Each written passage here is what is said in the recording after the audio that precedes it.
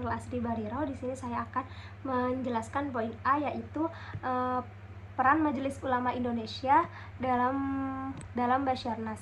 Basyarnas MUI merupakan lembaga penyelesaian sengketa alternatif non-litigasi yang didesain khusus dan diperuntukkan bagi penyelesaian sengketa ekonomi syariah.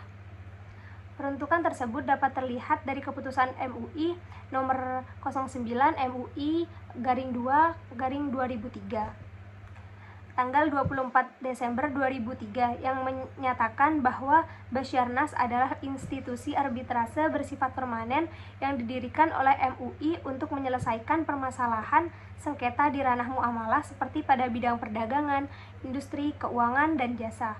Peran MUI dalam Badan Arbitrase Syariah adalah sebagai pendukung dan pengembangan sistem penyelesaian sengketa syariah di Indonesia. MUI berperan sebagai badan yang berwenang dalam menetapkan dan mengawasi Basyarnas, serta memberikan bimbingan dan panduan dalam mengawasi pengembangan sistem penyelesaian sengketa syariah di Indonesia. Dan dinyatakan pula bahwa MUI memiliki peran penting dalam pengembangan Basyarnas termasuk dalam penyelesaian sengketa ekonomi syariah. MUI juga berperan dalam menetapkan aturan dan prosedur yang digunakan dalam penyelesaian sengketa syariah melalui Basyarnas, seperti yang terlihat dalam Peraturan Nomor 01 Basyarnas MUI 11/2021 tentang tata cara penyelesaian sengketa ekonomi syariah di Badan Arbitrase Syariah, di mana peran MUI dalam Basyarnas juga meliputi pengawasan dan pengembangan sistem penyelesaian sengketa syariah di Indonesia. MUI berperan sebagai badan yang berwenang dalam menetapkan dan mengawasi Basyarnas, serta memberikan bimbingan dan panduan dalam pengembangan sistem penyelesaian sengketa syariah di Indonesia. Baik, selanjutnya akan dijelaskan oleh pemateri berikutnya. Selanjutnya saya akan menjelaskan poin B, yaitu tentang eksistensi dan kewenangan Basarnas. Basarnas atau Badan Arbitrase Syariah Nasional adalah lembaga arbitrase syariah di Indonesia yang menggantikan Badan Arbitrase Muamalat Indonesia atau yang disebut dengan BAMUI. BAMUI di sini didirikan pada tanggal 21 Oktober 1993 oleh MUI setelah adanya Undang-Undang Perbankan Nomor 7 Tahun 1992 yang memperkenalkan sistem bagi hasil dalam perbankan. Pada tanggal 22 April 1992, MUI mengadakan rapat dengan para pakar hukum dan cendekiawan muslim untuk membahas pembentukan arbitrase Islam. Selama hampir 10 tahun, BAMUI beroperasi hingga akhirnya diubah menjadi Basarnas pada tanggal 24 Desember 2003 berdasarkan keputusan MUI nomor 9 MUI 12/2003. Basarnas adalah salah satu-satunya lembaga arbitrase syariah di Indonesia yang berwenang menangani sengketa muamalah dan bidang perdagangan, keuangan, industri, jasa, dan lain-lain. Eksistensi dan kewenangan Basarnas didukung oleh berbagai regulasi, termasuk Undang-Undang Nomor 30 Tahun 1999 tentang arbitrase dan alternatif penyelesaian sengketa, yang mengatur bahwa arbitrase hanya dapat beroperasi jika ada permintaan dalam klausul perjanjian yang disepakati bersama. Baik, Assalamualaikum warahmatullahi wabarakatuh. Perkenalkan, nama saya Novarijatil Ma'rifah, sekaligus pemateri ketiga yang akan menjelaskan poin C dan D pada makalah kelompok 7 yang berjudul Tupoksi Kewenangan Badan Arbitrase Syariah Nasional yang biasa kita sebut sebagai Basarnas. Yang mana poin C tersebut yaitu prosedur beracara di Basarnas. Proses beracara di Basarnas berjalan maksimal 6 bulan dan harus diselesaikan secara tuntas dengan cara arbiter atau hakam memberikan keputusan yang bersifat final dan mengikat dan tidak dapat diganggu-gugat. Basarnas di sini juga memiliki tanggung jawab terhadap seluruh penyelesaian sengketa perbankan syariah maupun sengketa syariah lainnya, terutama bagi seorang arbiter. Basarnas mempunyai peraturan prosedur yang memuat ketentuan-ketentuan sendiri dalam menyelesaikan sengketa, di antaranya sebagai berikut. Pertama, Proses arbitrase dimulai dengan menyampaikan surat permohonan oleh pihak yang memulai proses atau pemohon untuk menyelenggarakan arbitrase di Sekretariat Basarnas.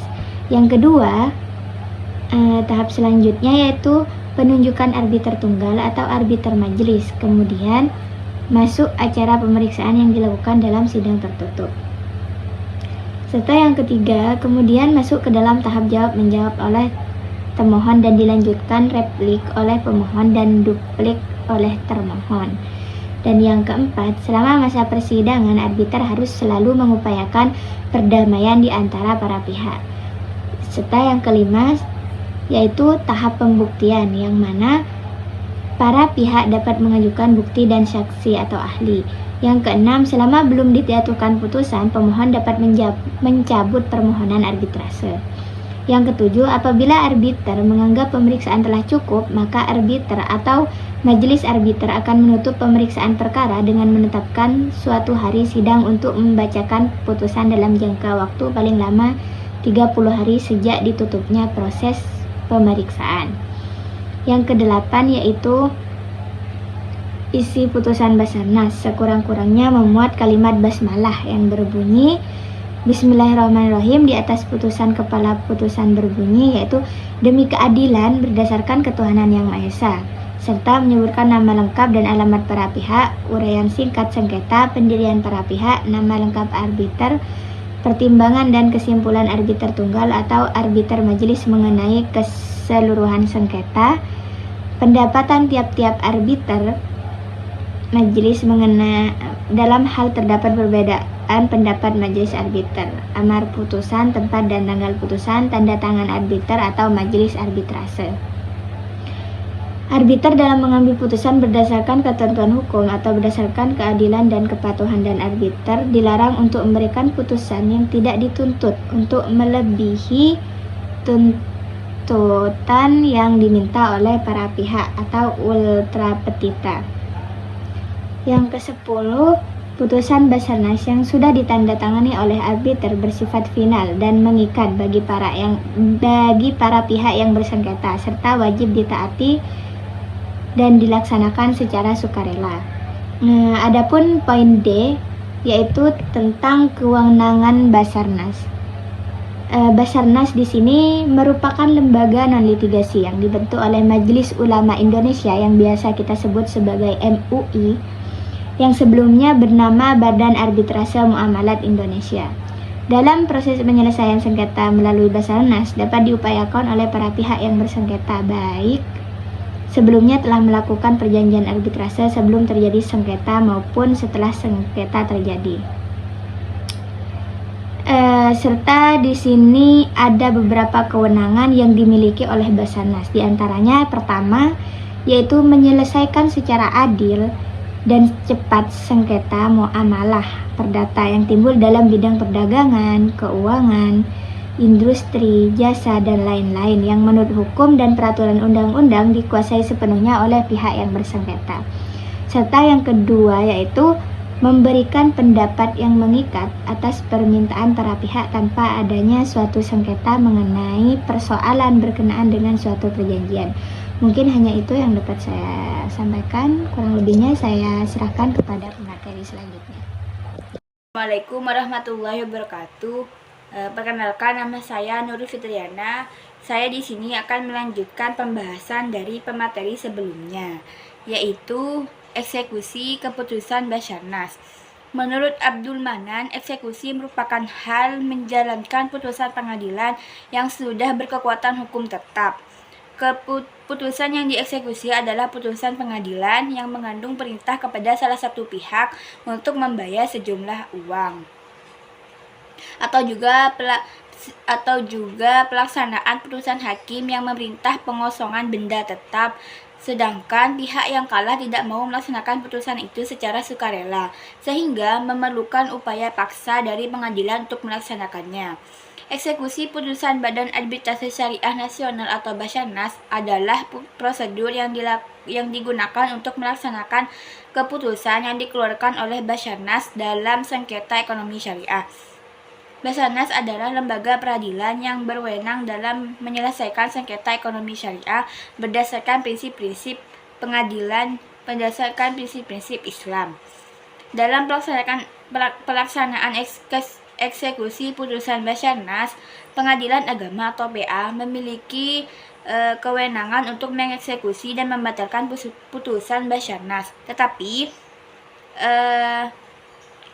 hanya melalui mekanisme yang ditentukan dalam Undang-Undang Nomor 30 Tahun 1999 tentang arbitrase dan alternatif penyelesaian sengketa.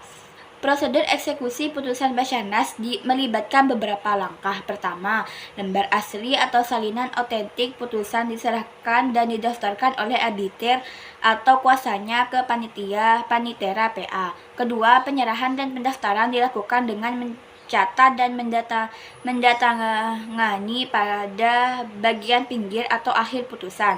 Ketiga, arbiter dan kuasanya wajib menyerahkan putusan dan lembar asli pengangkatan sebagai arbiter kepada panitera PA. Jika tidak, putusan arbitrase tidak dapat dilaksanakan.